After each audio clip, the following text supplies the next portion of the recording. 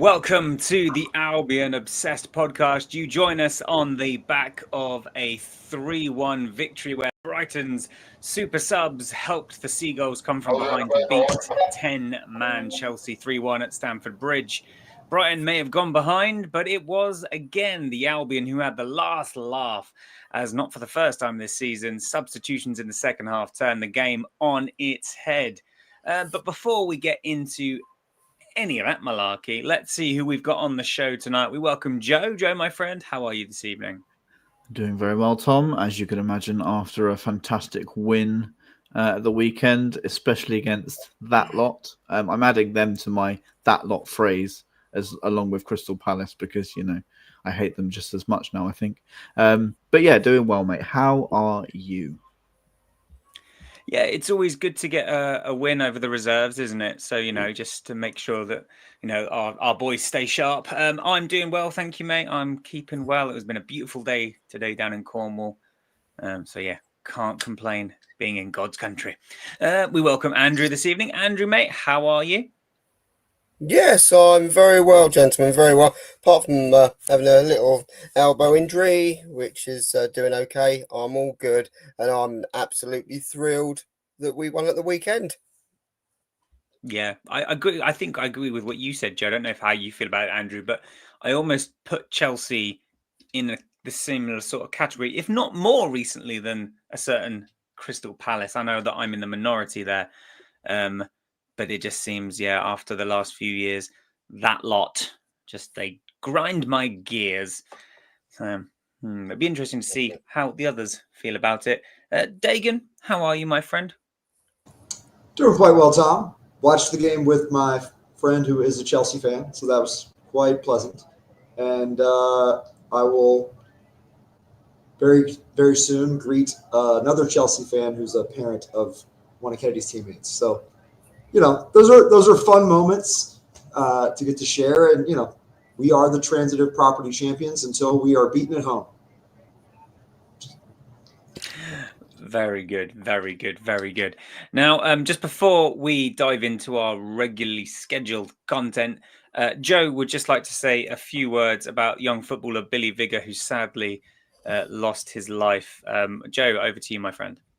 Yeah, as Tom says, Billy Vigor sadly lost his life last Thursday morning after colliding with a concrete wall around the National League pitch. Whilst the FA have said that they have made statements to say that they will take action, I think we need to see it pretty sharp. There is a petition in our description. Please sign this petition to put the pressure on the FA to make that change as soon as possible, so it doesn't happen to anybody else. I think there's been more, in the past there have been similar circumstances which it should have stopped at that. Absolutely should have stopped at that. Billy's loved ones have lost an incredibly good man far too early. So please, if you can, help them by way of donation using the link in our description. If you're unable to donate, please feel free to share that far and wide with your inner circles. And please help create a lasting legacy of Billy Vigor, one that extends far beyond football. So thank you for that. Yeah, thank you, Joe. Although Billy was an Arsenal youth team product, he did play across Sussex for a couple of teams, including Eastbourne Borough and, of course, Chichester. And we send our deepest condolences to his family and his loved ones. Always brings everything into perspective, doesn't it? Football should never be a game where fans or players, never return home from. Incredibly sad. As I say, we offer our deepest condolences. We are going to be talking about the game now in regards to what we saw at the weekend. A game, Andrew, that, as we've already alluded to, sort of builds tensions. A lot of the Chelsea squad you looked at the weekend, former Brighton players everywhere: Sanchez, Cucurella, Caicedo, João Pedro, Buonanotte, who wasn't involved, of course, against his parent club. But there's obviously a tenuous link between the two clubs in terms of players and also coaches. Of course, Potter and a lot of his coaching staff went there as well. So sort of not high expectations as such, but certainly sort of high tensions before the game. Brighton fans wanting to get one over on Chelsea. Yeah, and it was all, from what I could see, everything was good natured, like it always is. I think the main drama was on the pitch, and we had a full capacity up there with away fans, and yet again we've done the team proud again by getting up there and supporting them. And there was a lot going on in what turned out to be over 100 minutes of football. And as we go through it, we'll dissect it and kind of talk about it. But yeah, definitely the Albion faithful, of course, loud and proud as they always are on the road. Just before we begin, did anyone see if Van Hecker and João Pedro shook hands before kickoff? Did they shake hands? The cameras cut away before they got there. So, but weirdly, it didn't seem overly fiery between the two. I know that there was a lot of duels that Van Hecker won, but like I would have expected João Pedro to go down and flail his arms around and get into don't João worry, Pedro's Joe. His face Chelsea and stuff like teammates that. did plenty of that. Oh, absolutely, yeah. That was fun. Yeah, I mean, Dagan, let's talk about that duel then. Dunk and Van Hecker versus João Pedro. I know you said towards the beginning of the game you felt like Dunk was just a slight smidge off the pace, and it was a game that, because Chelsea lacked the physicality, that it might have been a game that Pascagli could have and perhaps done a job there. But I thought João Pedro was well marshalled by Dunk and Van Hecker for the most part. Yeah, I mean, I thought there were a few moments early in the game where João Pedro was going downhill at us and chose to pass where I thought he might strike one from outside the box and just go for it. He did not end up with a shot. Michael's posing the question in the chat. He did not have a shot, which was shocking. I just thought early, I thought he would just let one go. Send a message that he was going to be, at our throats the entire night. And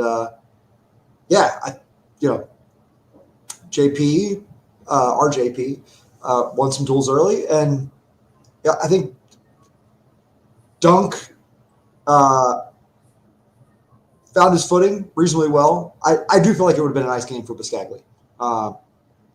Just given that Chelsea doesn't have sort of the huge number 9, they didn't have a lot of big guys at the back to bring forward on set pieces. And Pascagli, to his credit, though he's 5'11", is great in the air. So Dunk is our captain. Nothing to besmirch him, certainly, and not after a 3-1 win. But it was just one of those games where I felt like Dunk, I feel like his physical presence is really needed against some of the bigger teams. And this was one where I thought, maybe we would have gone another way in the starting lineup. But it worked out, as we will talk about. Things went our way. But things did not look great early. I'm sure we'll talk about that too. Yeah, you're right. And we'll talk about that in just a second. Just a quick one to say that, of course, we are live. So drop us your comments down below. We have them in the bottom corner, sadly masking some of Dagan's beautiful face. But please do get them in. We've got some people in the chats. Phil, Michael, Rodders, welcome. Let us know your thoughts as we go through. Joe, as Dagan sort of already alluded to, it was very much a game of two halves. You yourself at sort of halftime said it was like Brighton had turned up for a training match. Brighton really struggled to get a foothold in the game. Verbruggen had to make 2 big saves early on, both from free kicks. One of which I scratched my head as to how it was given. The one that saw James's shot parried, because that was just bonkers. We will talk about the referee and the officiating a bit later, but let's just talk about those sort of early Chelsea chances and how we sort of had to sort of ride our luck a tad.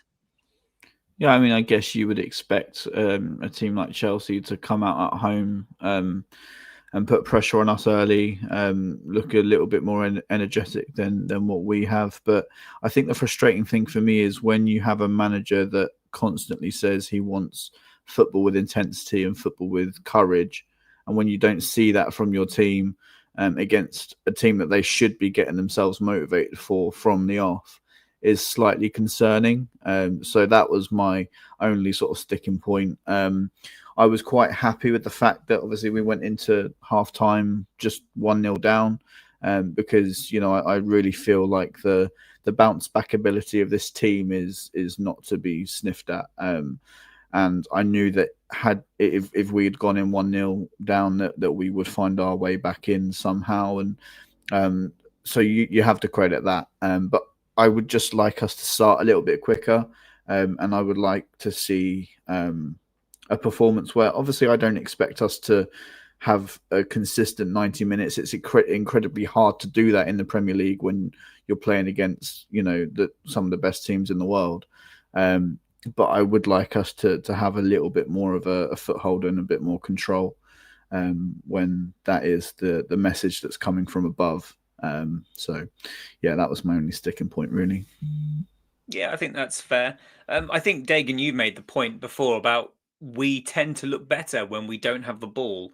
And I think that's certainly true. And I think at the end of our last podcast, Joe and Andrew, I said that I thought Chelsea would score first, but we would go on to win, because I've got much more faith that when we are behind, we tend to play on the front foot a lot more and are far more direct. I mean, Andrew, you were in the ground. What was the first half atmosphere like amongst the Brighton supporters?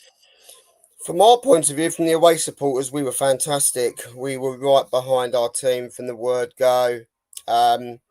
Chelsea, very disappointed with their whole atmosphere. Yet again, no atmosphere up until the goal. Obviously, the chances they did have, obviously, they made a little bit of noise because of that. But from the minute we started, we were on it, and it was just great to hear everybody cheering on the team like we normally do. And it's just kind of, and being behind the goal, you have a great view of virtually all the action that's taking place. So, yeah, I mean, definitely the Albion fans had to be the 12th man to make it fair. So it was 12 against 12 instead of 12 against 11. Dagan, let's talk about the Chelsea goal, and then we can move on to happier things. It was a bit frustrating for me. I thought that Baleba and Veltman sort of didn't cover themselves in glory, letting the man run into the box. But it was James who got forward, and his cross deflected unfortunately across Matoma, with Fernandez able to head the ball in from very close range, completely unmarked. Really frustrating for us to concede a goal like that. What was your view of it all? Credit where credit's due. The sequence began with a beautiful ball from Caicedo out wide to James. He weighted that thing perfectly. It was poor. And again, it was a situation where the pace was quick. We didn't track back very well. We didn't mark a runner sort of inexplicably. I mean, Enzo is not a towering figure who you would expect to dominate aerially. But at a free run, he was able to elevate and have a pretty easy finish. I wanted to see the lines drawn so badly because it was really close to offside. It was not mentioned. I think he was on, but it was really close, and there was just nothing made of it, which I thought was very, looking at the game in its totality, they did everything they could to help them. Like, really, everything that was done to help Chelsea in this game was done. To get a win under those circumstances is tremendous. So even their goal was, marginal, certainly to their credit, and probably was okay. The fact that it was not looked at, there's no curiosity about that or any stated, well, was he off? It was just like, nope, obviously it's a goal Chelsea scored. They're going to win. Go Chelsea. Put on your blue home shirt, everybody in the stadium.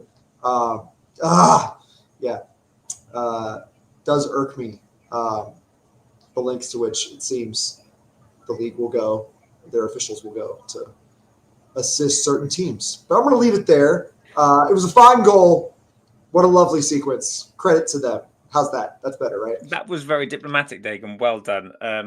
We will talk about the officials, Dagan. I promise you. You can go all in then, my friend. I promise.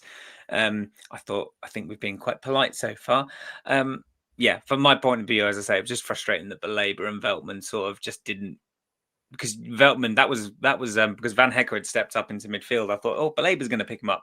Baleba's going to pick him up. Okay, Veltman's going to come across. Oh, he scored. So yeah, frustrating goal to concede, but Chelsea were on top, and as I say, it was a game of two halves. Brighton looked really, really lackluster for the first 70 minutes. We didn't have a shot on target until I think it was around the 63rd minute, but I could be wrong there. I thought it was really interesting, Joe. I don't know if you watched Match of the Day. They shared some stats of the game before the red card, which we will talk about in a moment. Before the red card, Chelsea scored once, had 9 shots and 70% possession. We, on the flip side of that, had 3 shots, none of which were on target, and 30% possession. But after the red card, of course, as you'd expect, numerical superiority did change the game. 70 minutes before we challenged Sanchez in goal, a goalkeeper we know has the tendency to drop a clanger.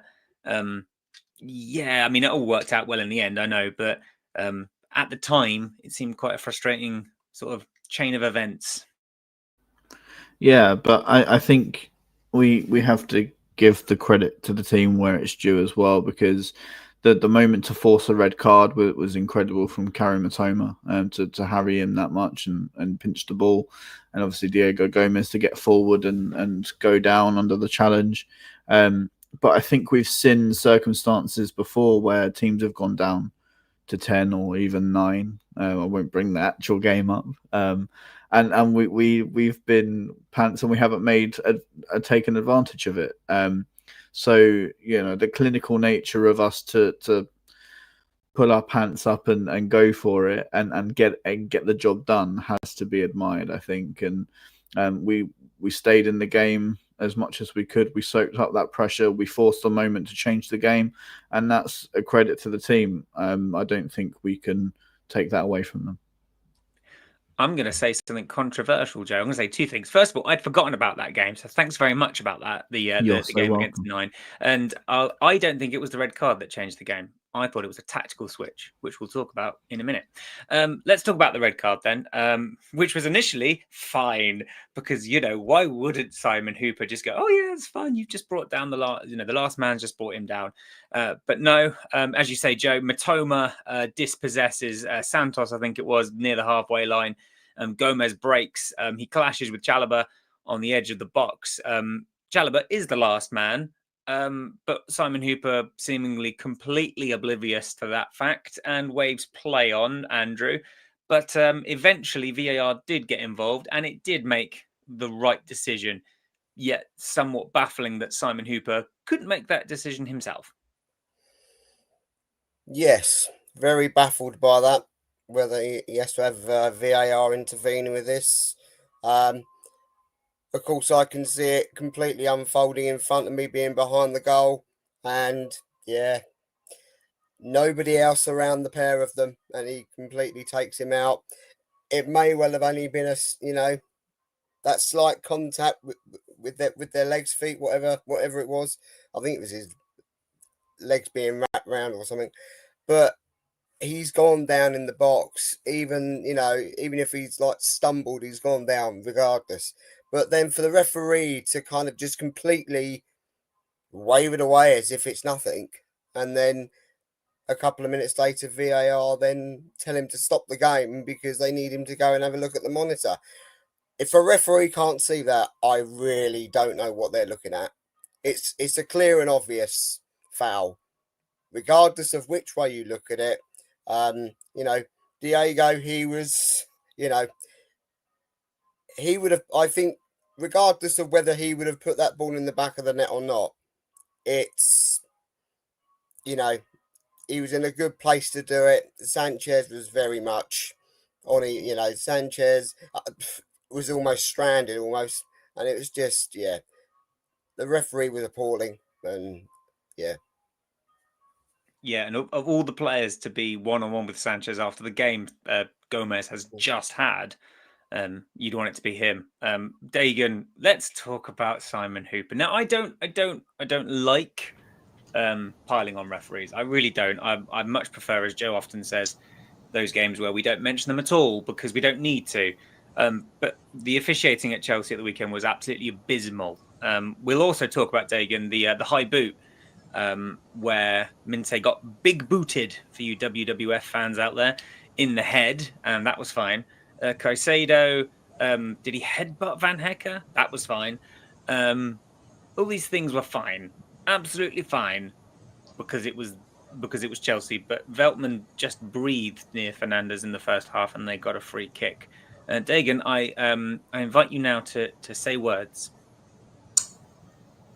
On behalf of bald men everywhere, we need better. We need better. Too often, Simon Hooper and Anthony Taylor are called bald frauds. And for all of us, right, these pains are real, and enough is enough. So they either need to get a toupee or call the games fair. That's it. All right, sorry. It's shambolic. Like every commentator everywhere, and when you hear the initial commentators during the game, and there's such a disconnect between what they say on the broadcast and then what's said in the aftermath, it does make you wonder how much of a mandate there is to align the in-game commentary in support of the officials for the most part. Every once in a while you hear critique, but generally you'll hear the typical, oh, that's harsh, right? When something goes against a team like Brighton. Or, oh, it's unlucky, right? It's not unlucky. It's not unlucky if it happens again and again and again. It's always unlucky. But you hear those two words, harsh and unlucky, when things impact us negatively. And it's not. It's consistently officiating that leans heavily one way. And it's not just us if you watch games across the league. And I know sometimes it impacts the big teams too. However, when you look at games, and as the season wears on, games between clubs that aren't in that group of clubs, you will see rewards given in ways that benefit those clubs when two neutral teams are playing each other. And people will say, oh, well, look, that benefited, Burnley or whoever. That didn't help a Big Six club. Well, yeah, but if it punishes Villa or Brighton or Palace, right, it helps those clubs. And that part, I think, is lost on people. It doesn't only have to be when it's directly between a Brighton and a Chelsea. They are the most apparent, and they stick out in our minds, a la Spurs, 3 years ago. Yeah, but it was bad. It was bad multiple times. But yeah, the fact that play was not called a foul, right? We were not awarded a free kick at all. Clear pull from behind. Arm is clearly on the shoulder. Indisputable. There's no way he missed that part. Maybe he missed the leg sweep, but there's no way he missed the arm and the pullback on the shoulder, such as to give no foul at all, right? But the reality is that pullback is the red card in that situation. It's just infuriating. Yeah. Worked out. It did. It obviously worked out in the end, but it's still frustrating. We should have had a penalty. Gusto's boot was high, kicked Minty in the head. The fact that that again was looked at by VAR and deemed to be absolutely fine was shocking. And then I think that was what sparked the melee with Caicedo headbutting Van Hecker, which I think, Michael, you've put it in the comments, and yes, you have. I can see the FA are investigating. But again, both of these things happened, both of them under the clear view of VAR. And yet Chelsea didn't go down to 9 men. They didn't concede a penalty. And it's baffling how these things are allowed to happen in a game where there are so many cameras. There are so many opportunities to review things and say, oh, that's happened. Let's do something about it. It's just appalling. But as we say, Joe, Dagan has already said it. It worked out for us in the end. And let's talk about the good stuff now. Let's stop moaning about referees. And I'll stop moaning about being rubbish for 70 minutes. And let's talk about the thing that I think changed the game. And it'll be interesting to see if you guys agree with me. Going down to 10 men, Chelsea, that helped. But for me, do you know what switched it, Joe? Matoma coming off and Minte going on the left. That is what I think changed the game. And for me, I know Minte didn't look very happy about going on the left, but for me, having a left footer on the left was the game changer, because it just stretched the play. And Chelsea they were at 6s and 7s at the back. So Danny Welbeck had come on, as had, I think, Gruder at this time. and Minter had gone on it over to the left, and it was a sublime cross. Like genuinely, absolutely one of the nicest crosses you will see. And Danny Welbeck just sort of guided the ball with his head into the back of the net to send us level, Joe. What did you make of the tactical switch? And what did you make of Daniel Welbeck finally getting his first goal of the season?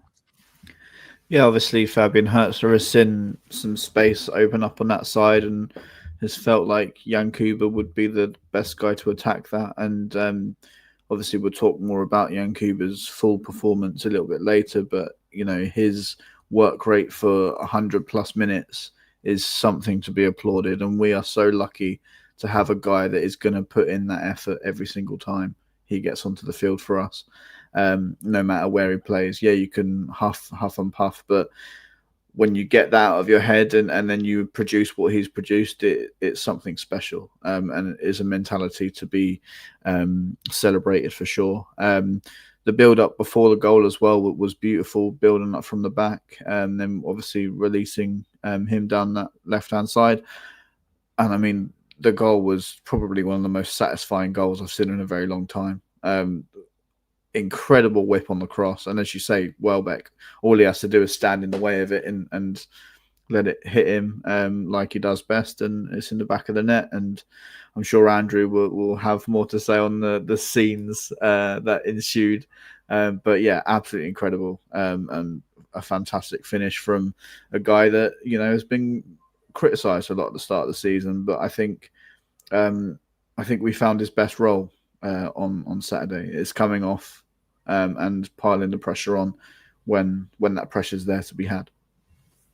Yeah, definitely. I think. I mean, what do you think of that, Andrew? Danny Welbeck, best as a super sub, brought on when sort of like we're making those positive substitutions. Seems to have struggled from the start. Danny Welbeck, maybe the legs aren't there anymore, but really good and satisfying to see him back on the score sheet. Yeah, he has his good games, and he has his he has his poor games. But when you bring him on as a substitute, and he doesn't need encouragement from Fabian. He knows what he wants to go, and he knows as a player, he knows that, you know, he wants to win that game, regardless of how he does it. He wants to win that game, and he wants the whole team to do as much as they can to win that game.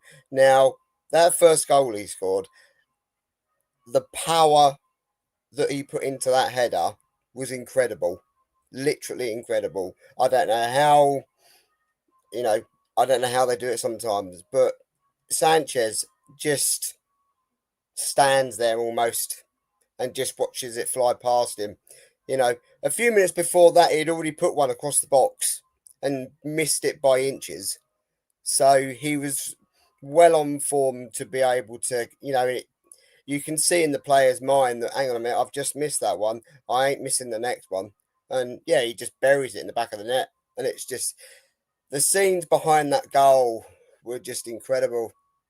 It really was incredible. And it's really hard to describe when it comes to how much passion is put into that away end. Every single person is there to get behind that team and to follow him. And there isn't one person that really has a negative way of looking at it. They might be a bit down because we're behind, but get one goal back, it opens up the whole game. Yeah, and all it takes is one goal, one moment, and then, everything can change. And Dagan, not for the first time this season, as I sort of alluded to in my opening spiel, the substitutions really, turned the game on its head. The tactical switch, as I've already alluded to, and it was the subs that also linked up rather splendidly for our second goal. And even before we get to the corner, I want to talk just a little bit about the Kuiper putting the ball into the channel for Simas to run onto, something that we didn't see in the first half at all, because Rutter just he doesn't do that sort of thing. He likes to drop deep, whereas Simas was very much on the shoulder of the defenders. And Rod, as I said in the comments here, about feeling for Rutter, who's being played out of position, and letting the Greek lad start. That's perhaps a conversation we can have a bit later, Dagan. But substitutions, Fabian's got them right. they're right when it works and wrong when it doesn't, right? I mean, yeah, hindsight is a benefit. Everybody seems to understand when they see it work. I think there's always an intent. There's always a plan. No one's trying to roll out bad subs. I think the situation, the game state was perfect for Welbeck, right? Being a man up and having space to operate, like Welbeck is strong when he has space to take a single touch or less, or one touch and shoot, or shoot on the first touch. Like that's where he's at his best at this stage. If he has to use his athleticism and moves to create something, not so much, right? But he is a pretty clinical finisher when he's just asked to finish. He doesn't have to run, right? He doesn't have to exhibit a tremendous amount of like long burst of athleticism. I think he is capable of getting up in the air well in a moment, but he's just more limited than he was last year physically. He had 2 great finishes. I don't think it means Danny Welbeck is our best striker. I'm just going to say that. I don't think it means Danny Welbeck is a super sub who's going to get us goals every time out. But I think this game state, being a man up against a less physical defense with their one physical defender off the pitch at this point, Chalobah, like it was kind of set up as an ideal scenario for him to have a big moment. You can only give him credit for delivering. But I don't want to overhype that Danny Welbeck is back. This is the Danny Welbeck we saw last year. Maybe it will. Momentum is a crazy thing. Confidence is a crazy thing. Getting 2 goals and winning a game like this could turn his whole year around, and we could see the same Danny Welbeck we saw last year, and no one would be more pleased. But if we're picking one striker, I'm sort of with Rodgers. I think Simas is the better option because of that athleticism, because of his burst, because of the attention he attracts on the pitch. There's still some learning to be done. But again, I thought bringing in 2 strikers, right, was an all-in move and the kind of aggressive decision-making that you would equate with. We weren't playing for a draw, certainly. We're a man up, nor should we have been. But we really took the game by the throat at that point. And so, a lot of credit. And again, our fullbacks, a lot is demanded of our fullbacks. It makes sense that we would use subs there. Won't always work out, right? Taking Kadioglu off a week ago was panned, right? Even though he was getting roasted and was clearly fatiguing. This week, taking him off was genius because De Kuiper came on and it worked out. Right? But yeah, just tough. Hindsight is indeed 2020. But again, I like the shades of grey. I like that when we haven't gone for the Welbeck is back, he's going to score 50 goals. Not that I don't think anyone says that, but you know what I mean. The second goal then, as I've sort of alluded to, Joe, is all started by Simas playing on the shoulder of the defender, getting in behind, and it makes the Chelsea defence panic, something that didn't particularly have to do too much of when Rutter was sort of our forward, if you like. It goes out for the corner, a nice little corner routine in the pocket there, and then Ayari puts in an absolute beautiful cross. I saw a stat at the weekend. I think Ayari's put in more balls into the box than perhaps any other player, like in the Premier League. But that could be wrong. But I'm pretty sure I saw a stat that was alluding to something of a similar nature. And I hope Dagan's about to look that up for me. But it was a beautiful cross. Mats Vifa heads it back across goal, and Maxime De Kuiper gets his first league goal of the season. The 2 men with the similar sort of hairdos combining there. I'm not saying the hairdo was the reason, Joe, but it for was. the goal, but it certainly didn't do too bad. Exactly that. I just remember afterwards being extremely confused as to who scored the goal, because the cameras panned then to Simas, who was running away to celebrate with the away end, which was incredible. And I didn't realize it was De Kuiper until it came up on FOTMob, weirdly, because I thought De Kuiper put in the cross. I was just so confused, Tom, but I was just elated seeing that go in the back of the net. And I think we've got to give a massive amount of credit, one, to the cross of Ayari, but as well for the header back across being live in the box from Mats Wiefer, who has just come back from a short stint out through injury. So good to see him getting an assist, and that will give him the confidence to go on and put in some more fantastic performances like he has done over his time with us in the last few months. Incredible goal, and you just felt it coming. That momentum was truly with us, and I don't think there was a moment in that sort of 85 plus minute where I thought we weren't going to come out with the win, because we were excellent, and we truly made that numerical advantage show. Incredible for Maxime to get his first Premier League goal for us, and to have a fullback that is a goal threat as well. He scored in pre-season. He can put in fantastic crosses. His set pieces are good.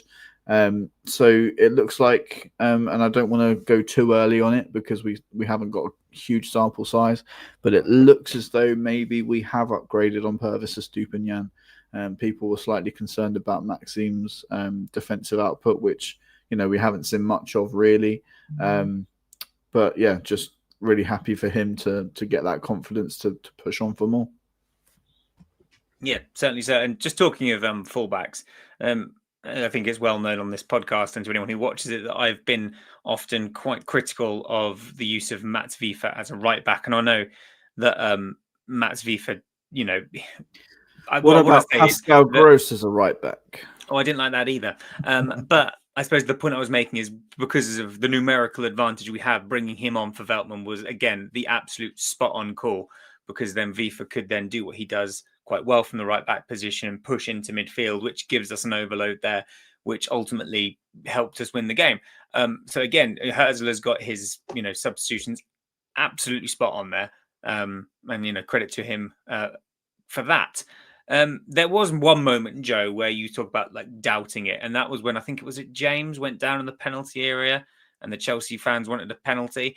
I was convinced that it was going to get given just because of how bad the officiating had been up until that point. I was like, oh God, they're going to get a penalty, aren't they? So when it was waved away and then not called back by VAR, that was a proper moment there. But let's Andrew, let's talk about the winner. I say the winner had already been scored, but let's talk about the third goal, Andrew. And it all comes from Minter's press. I mean, the boy he's like a battery. He just goes and goes and goes. And there's a video that I think the Albion have put out on socials of him chasing the ball down at like the 90-something minute. And he is just relentless. And it all comes from that press from Minter, and Chelsea's defence, they don't know what to do with it. They make the mistake. Gruder latches onto the ball. He feeds in Welbeck, who scores his brace. I mean, talk to us about the away end there and just the elation of that third goal. I think the way Minter played, he was absolutely superb. And you have to give him a lot of credit because he never stopped. And being able to create the winner and being able to see Welbeck behind him running in, and it's just the way he's got two Chelsea players around him when he's just about to unleash it. I did think at one point he had actually almost fallen over his own feet, but he managed to steady himself. But unleashing it into the roof of the net with such power and force, and at that point Chelsea were literally deflated. They had nothing. They knew they were well beaten. Chelsea had their chances throughout the game, but they only managed to score one, and yet we've put three past them in a short space of time towards the end of the game. It just goes to show how much credit you have to give this team and how well they've done to be able to come back from a good 60, 65, 70 minutes of that game where, didn't create an awful lot. And what we did create just wasn't there. And then, the subs are changed. Everything changes. Whether the red card made a difference, I don't know. It may have, from the team's point of view, it may have made it a lot easier for them because they're only playing against 11 men at the end of the day. and you've always got that one extra man advantage. So, but it still means you have to put the ball in the back of the net to win a game. Can't do it any other way. Yeah. And it's what we did. And we've seen it in the past, haven't we, where Brighton have been, as you've already said, Joe, we've been up against 10 men or even 9 men, and we just passed the ball sideways and backwards, sideways and backwards, sideways and backwards. And it was so pleasing to see that more direct style of football. Curtis, friend, you beautiful human being in the comments. You have no idea how much my heart yearns for you, Curtis. And I miss your beautiful, beautiful face.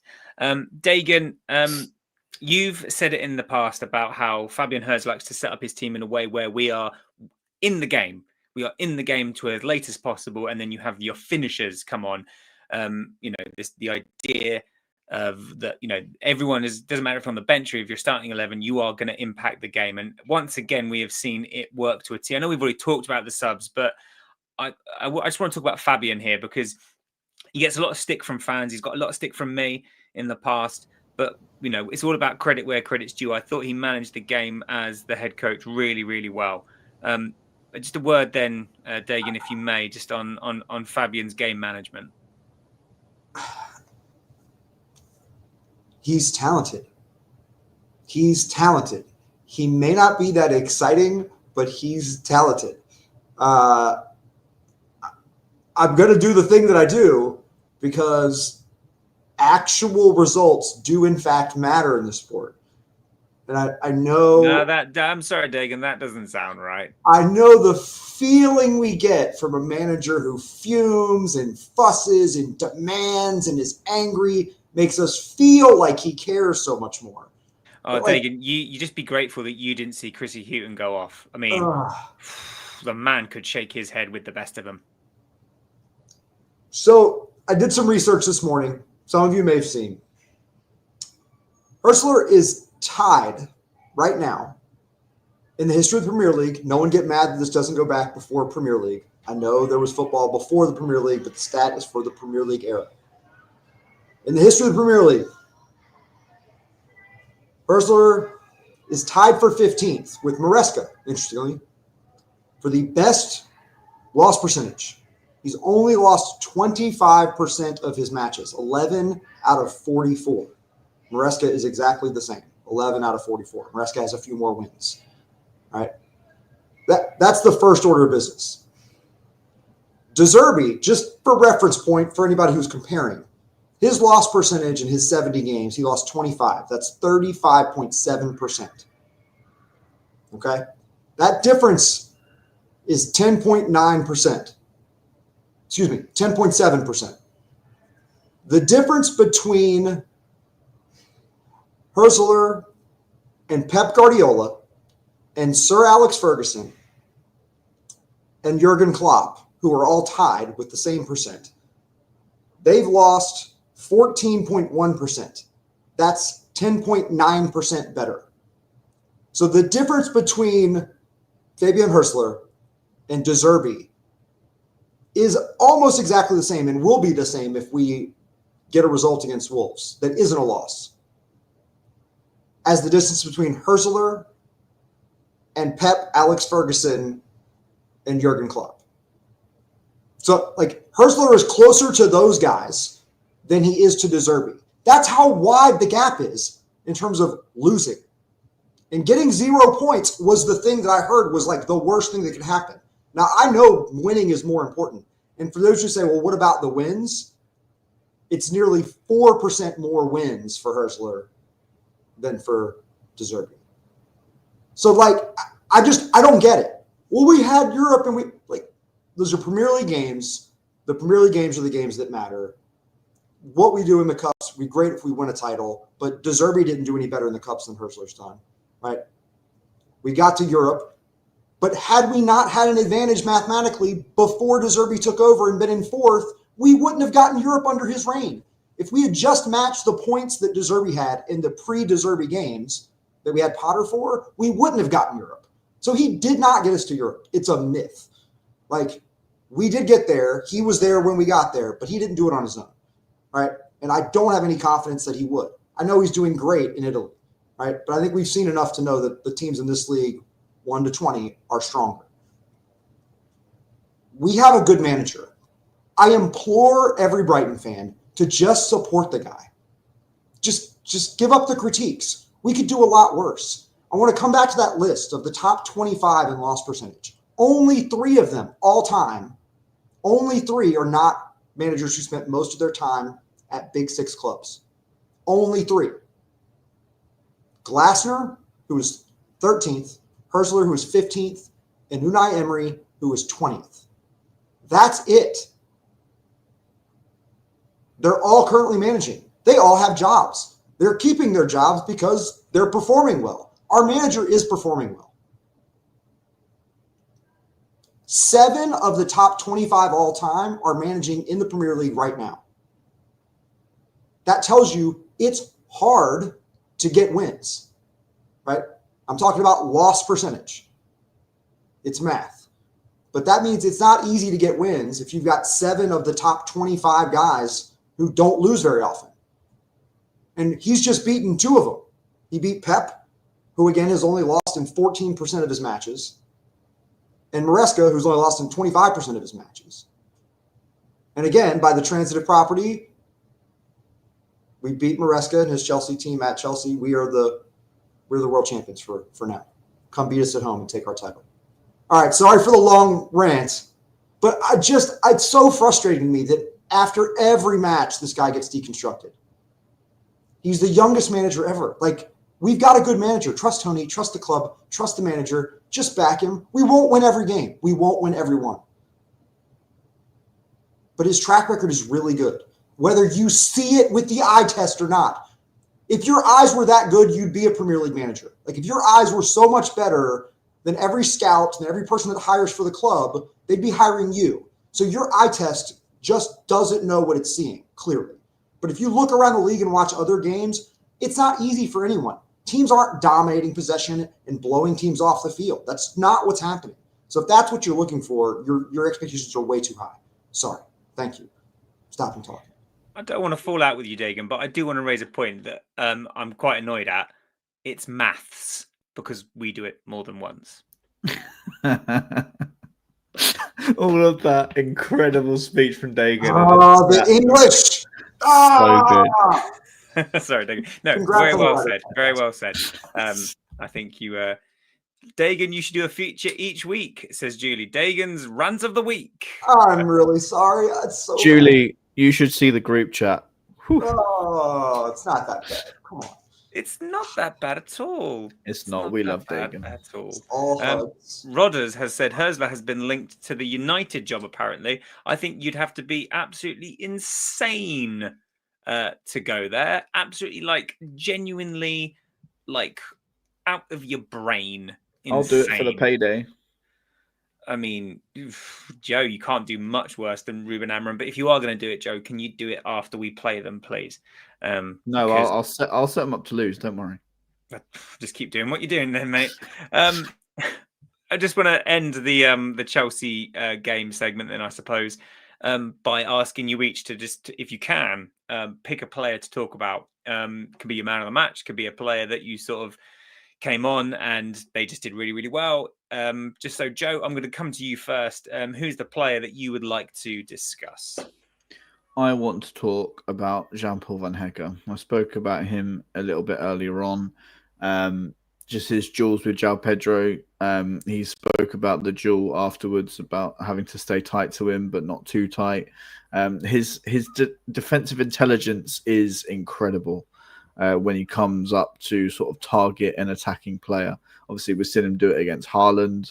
There's been other forwards that he's done it against as well. So he's just a fantastic professional. Obviously, there was a little bit of talk about whether he'll sign a new contract or not. I was very, very happy to see, after I think it was the 3rd goal, him wheel away and pat the badge in front of the Brighton faithful. So maybe that's a little nod to maybe him signing a new contract. I think the new sporting director that's come in has made it his number 1 goal to get Jean-Paul Van Hecke down on a long-term deal. So hopefully that's going to happen.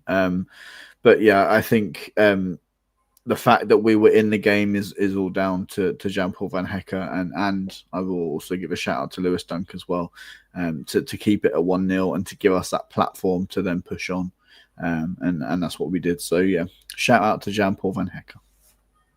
Very good, very good. Michael in the comments said about Bart, yeah, pulled off those 2 big save from free kicks early on.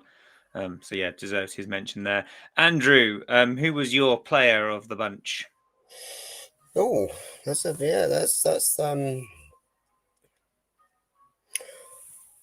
think I'm going to go with.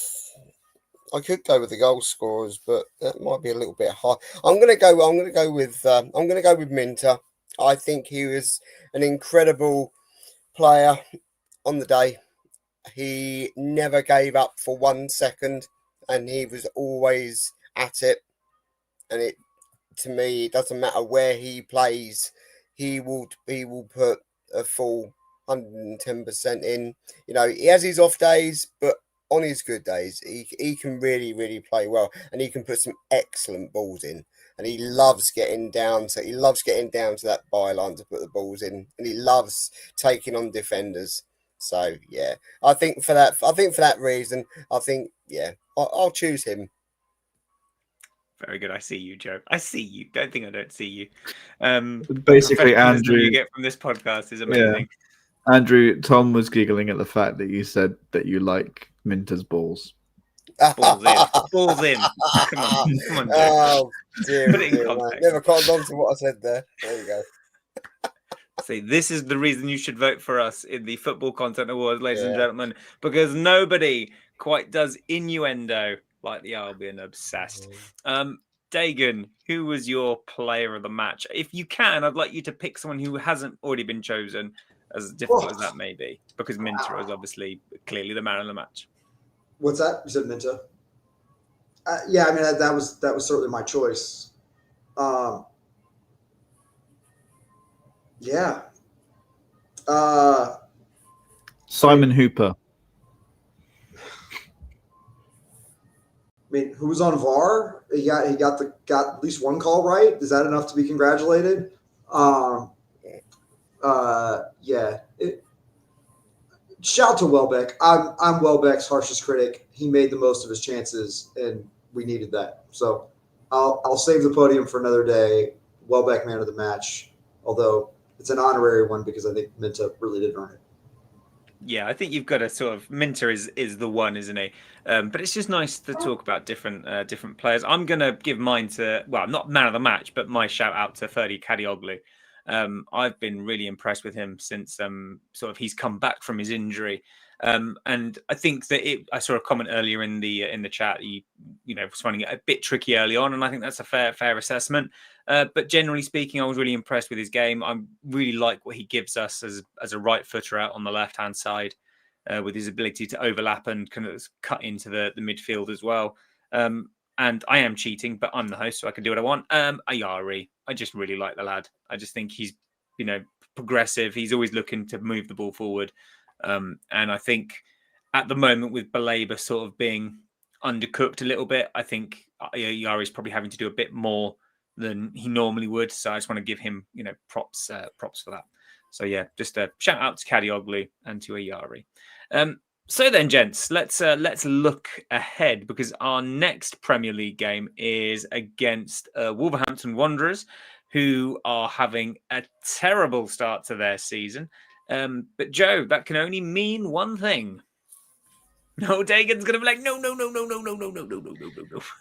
But it's all right, because it's at the Molyneux. Don't you say it. It's at the Molyneux, Dagan, and we're okay at the Molyneux. But Wolverhampton Wanderers 1, Brighton and Hove Albion 6. No, I'm not going to go that heavy, but I think it's a great opportunity for us to go to a team and prove that we can go out and take it to a team that aren't going to come up and play us. We did it last season. We beat them 2-0 at the Molyneux. As you say, Tom, it's been a happy hunting ground in the Premier League for us in recent seasons. So, yeah, I'm really hoping that we can go and, use this Chelsea result to propel our season a little bit. I mean, but before the game or before the Spurs game, people were expecting us to come away from both of those games with 0 points. We've got 4. It's the perfect opportunity for our season to start now, and we have to back it up. Jan-Paul Van Hecker has said that we need to be doing better in these games against teams that aren't the big 6. So yeah, let's see if the proof will be in the pudding. Yeah, let's certainly hope so. I mean, I'm just looking at the Wolves' run of results now. They drew against Spurs, which obviously no mean feat there. Spurs have definitely started the season really well, but then they've got losses to the Leeds United, Newcastle, and Everton. So certainly not going to be an easy game. But Andrew, I don't know if you're travelling up to Wolverhampton. If you are, I feel for you. I really do. Are you travelling up to Molineux? I am indeed. Oh, you poor thing. I would say my best regards to to Wolverhampton and the West Midlands, but I'd rather not. But no, are you? How are you feeling ahead of your trip up there? Are you confident, or are you sort of taking it as it comes? I think I might take this. It's another game. It's another 90-minute game, and we've got to be. I'm quite positive on that we can do something. When we will do it in the game will be totally down to how we play, but I think we will definitely come away with something. So like I say, you always look at away games as being kind of, to get a draw out of it one way or the other, but I proved myself wrong with the Chelsea game. I was expecting to draw out of that one, and we came out with all 3 points. So this one, yeah, I'm going there with a positive vibe again to see what we can do, because it's just going to be, the atmosphere is going to be brilliant. We've got another sellout going up there, and we'll be right behind them again, and we will see what they can do. At the end of the day, it's down to what he puts out and how they play. It doesn't matter what Wolves do. We just need to focus on what we do as a team on the day and what we do on the pitch. Yeah, it's going to be an interesting one. I mean, I'm not living in the West Midlands anymore. I don't have my ear to the ground on the Wolves and the Villa anymore. So I can't really tell you how Wolves play at the moment, Dagan. I mean, they're at the bottom of the table. They've got a single point.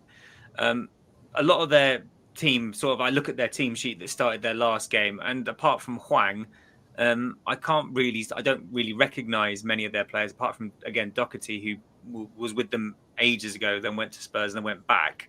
They're sort of misfiring at the moment, but sometimes when teams are misfiring, that's when they can be the most dangerous. Well, I think this is a case of people not paying close attention.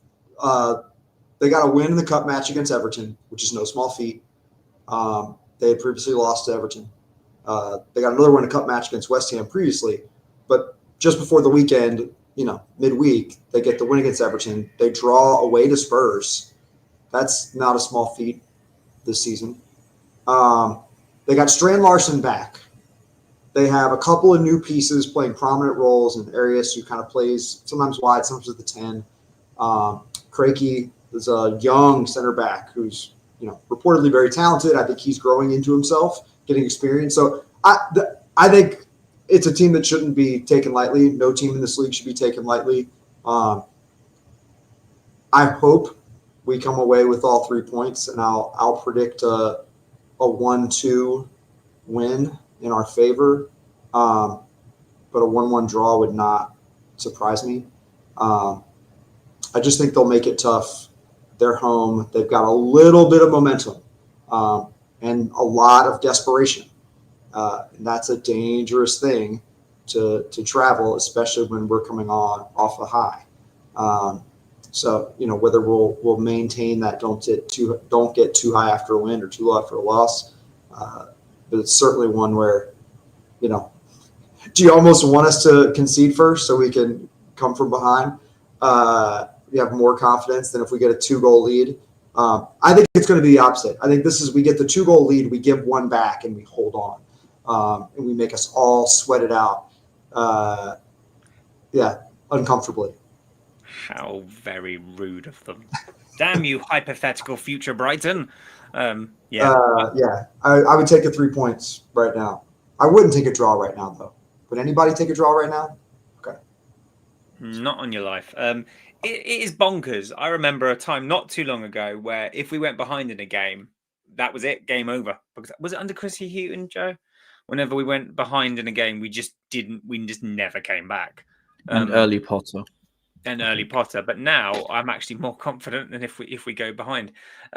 Dagan's given a 2-1 to the Albion score prediction. Joe, what's your score prediction? I agree with you, Phil, in the comments. I'd like to see a clean sheet myself. Yeah, that would be nice. I'm going to go repeat of last season, 2-0. I really, really hope that we see CMAS from the start. I don't think we will, but that is my absolute dream to see him and Jorginho Rutter playing in behind him. I think that could be a really dangerous pairing. Somebody else has shouted Gomez has had an excellent sort of couple of weeks for us as well, so could be a shoe-in to start. 2-0. Very, very nice. Very, very, very nice. Andrew, what's your score prediction ahead of the game?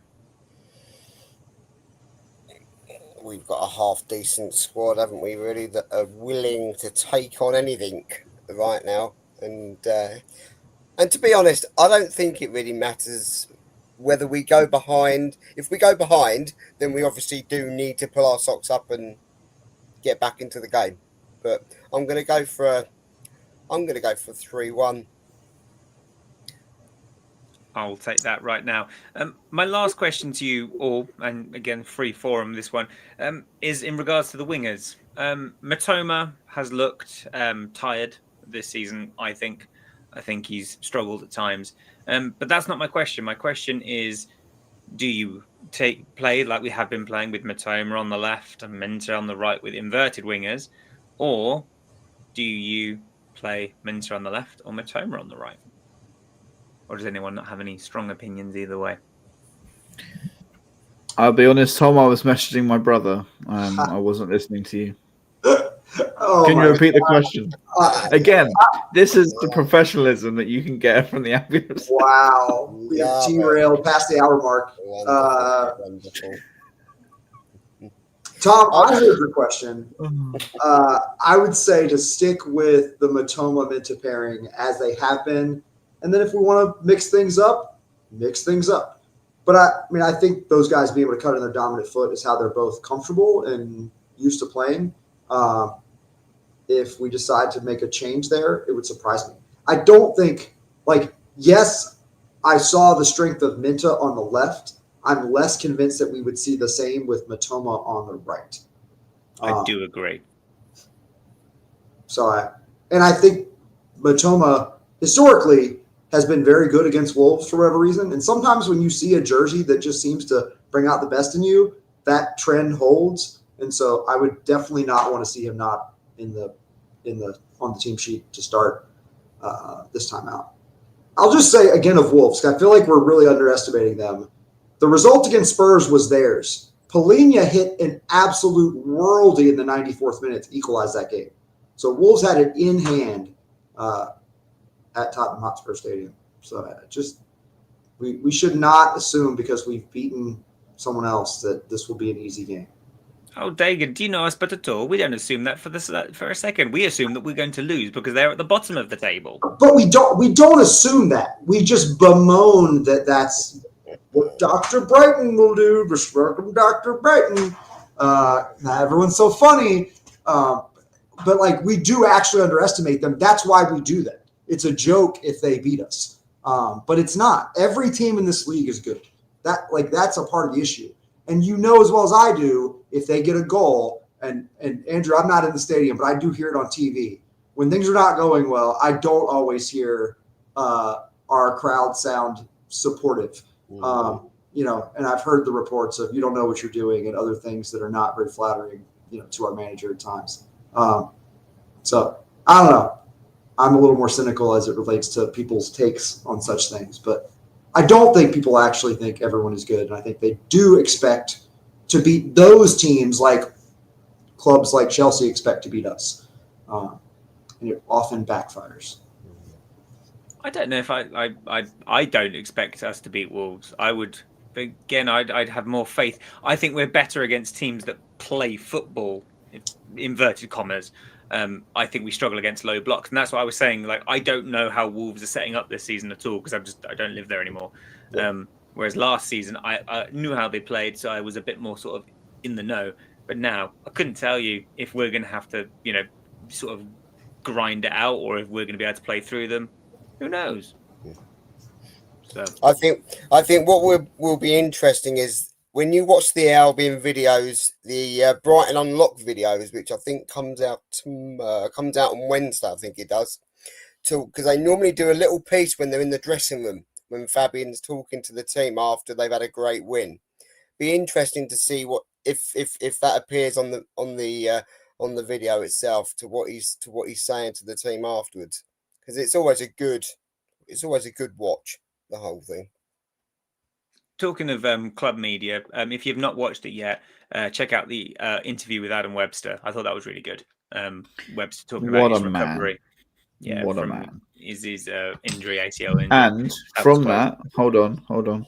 I got this screenshot from that, which I'm waiting to use in reply to a Chelsea fan. Where is it gone? Hold on. Is it when Adam Webster comes out and says that he listens to the Albion Obsessed podcast every week?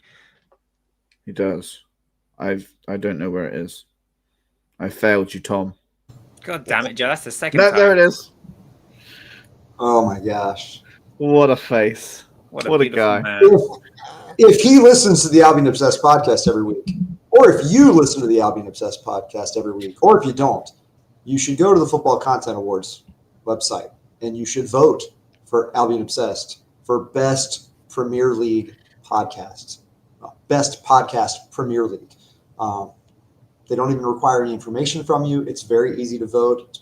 It's painless. You can just vote in one category. There's a little bit of scrolling, but it will literally take a minute of your time. We would be appreciative of that vote. We certainly would. We as I said in the last show, we're just here to have a lovely time and talk about football. We don't take ourselves too seriously, but this is a really cool thing for us to happen to us. It's mind blowing, and every week it's mad that people actually want to hear us talk about football. So thank you very much.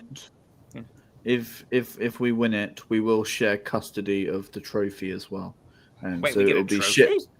Yeah, there's a gold trophy, a silver trophy, and a bronze. So, yeah, we might have to pay shipping costs to Dagan for pushing it so much. I don't think I want it with the tariffs right now. What I'm hearing here is if I wanted to get a jersey, it would end up costing me over $200, I think, if I just wanted to get a shirt. And if you don't buy one Dagan, you're a plastic. Well, I might be very plastic this season. Unless you have a rail, Dagan, you're just not allowed. Talking of clothes, I love this comment from Rodders. I'm glad Fabian has decided he is not at a fashion show and wears normal stuff. The 50 Shades of Beige was quite a thing. Bring it. The old tracksuit is fine. Can I reply to Michael? I'm hoping I'm going to get there. I have asked a certain someone on this podcast, Andrew, if he can get the time off work to go up there with me. But we're still working out details, so maybe. Is it in up north? Leeds. Leeds, yeah, it's at Ellen Road, isn't it? That's disgusting. I thought just to air things on the podcast live, because why not? Tom, I thought it'd be quite a massive drive for you. That's why I didn't ask. I now live down in the arse end of the country now. So it does. Plus, who wants to go to Leeds? Sorry, that was a disgusting noise. And with that, very really don't like Leeds. Yes. Yeah, I don't like Leeds. Sorry. Mind you, did you see that little celebration that Fabian did after that third goal went in? Oh, he was buzzing, absolutely buzzing for it. He does have a personality. He knows how to celebrate. Anyway, we have digressed, but all that's left for me to say, I suppose, then, is go and vote for us if you feel we are worthy of sending Joe and Andrew to Leeds. And if you'd like to share and subscribe for more content, that would also be tickety boo. And unless anyone's got anything else they'd like to say, then all that's left for me to say is we will see you again next time, wherever you may be, whenever you may be. Take care of yourself. Peace out.